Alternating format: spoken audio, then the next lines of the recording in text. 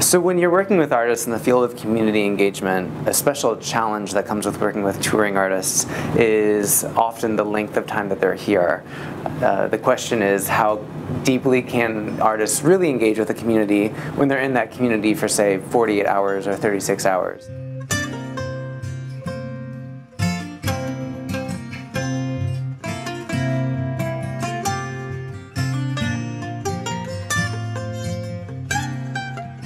Today, we'd love to hear some of your stories, and some of those will be new to each other, and some of them maybe you've heard from one another but might be new to us. But I think before we even start to do that, I thought we'd just do a little warming up, if you will. And so we like to be in communities for a length of time. We like to establish relationships and return to communities. As artists, we feel like that is really the richest kind of relationship with audiences, if you will.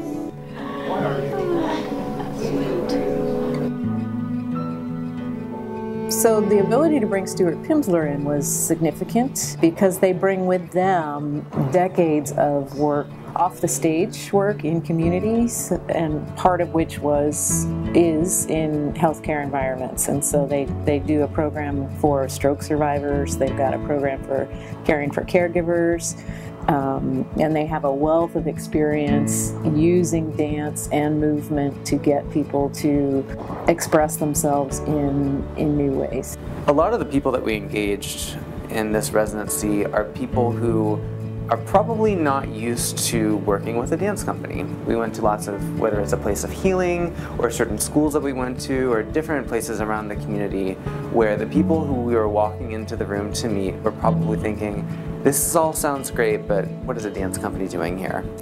And there was such this holistic approach to how artists and dance really are relevant to so many aspects of our lives, or at least can help us tap into a lot of who we are and our own personal stories, that by the time we left the room, I think everyone had almost forgotten, oh, this is a dance company. You know, it really came more about the art form of all of us knowing ourselves and telling our stories and expressing ourselves through those stories. So I think a huge takeaway for so many people was just how artists sometimes aren't necessarily defined by the art they do, but they're defined by the way in which they use the creative process to reach all of us where we are. Nice! Think about bending those knees. Let your joints soften. And the work continues. You know, we continue to remain in contact with a lot of people that we met in our own community during these 10 days and figure out, you know, how can we hold each other up? How can we continue making great connections happen through the arts, the creative process, and artists?